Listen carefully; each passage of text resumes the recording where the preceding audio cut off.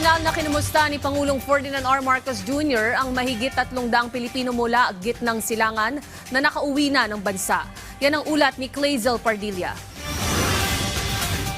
Mahigpit na yakap at halik mula sa kanyang 5 taong gulang na anak at asawa ang sumalubong kay Alicia nang makabalik ng Pilipinas mula sa Qatar. Kabilang siya sa mga Pinoy na sumailalim sa repatriation program ng pamahalaan sa harap ng giyera sa gitnang silangan. Sobrang saya po kasi po nung nandun po ako sa Qatar, yun nga po nung may nagaganap na pagsabog po doon, may times po na nawawalan na pong pag-asa, baka yung hindi na po kami makauwi. Finally po yun, nakita ko po yung anak ko po ngayon. Nanginginig man sa takot, sinikap ni Marlene na makatawid ng Kuwait patungo ng Saudi Arabia sa kanyang mismong kaarawan kahapon, makauwi lamang ng Pilipinas. Gusto ko po sana pumunta sa Kuwait para makapag-ipon din ng konting puhunan, ganun naman po ang gera naman na. Sabi ko, nag-decide ako, sinabi ko sa amo ko na, baba, sabi ko, uwi na ako, ihatid mo ako sa OWA, sabi ko sa embassy, sa Philippine Embassy.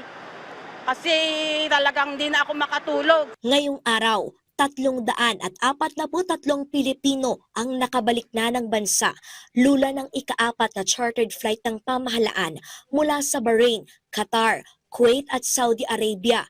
Personal silang kinumusta ni Pangulong Ferdinand R. Marcos Jr. Hinati din sila ng presidente sa bus na patungo sa mga libreng hotel na ibinigay ng pamahalaan para doon pansamantalang magpahinga bago tuluyang bumiyahe sa kanilang probinsya. Marami sa kanila ay uuwi sa Visayas at Mindanao, kaya tiniyak naman natin na makakapag-hotel muna sila at binubuk natin sila sa mga flight na papunta sa kanilang mga probinsya. Tinitiyak natin na naaalagaan sila ng mga. Kamakailan lamang nagbanta ang Amerika na pupulbusin ang mga planta ng kuryente ng Iran kapag hindi binuksan ang Strait of Hormuz na pangunahing daanan ng supply ng langis na dinadala sa iba't ibang panig ng mundo.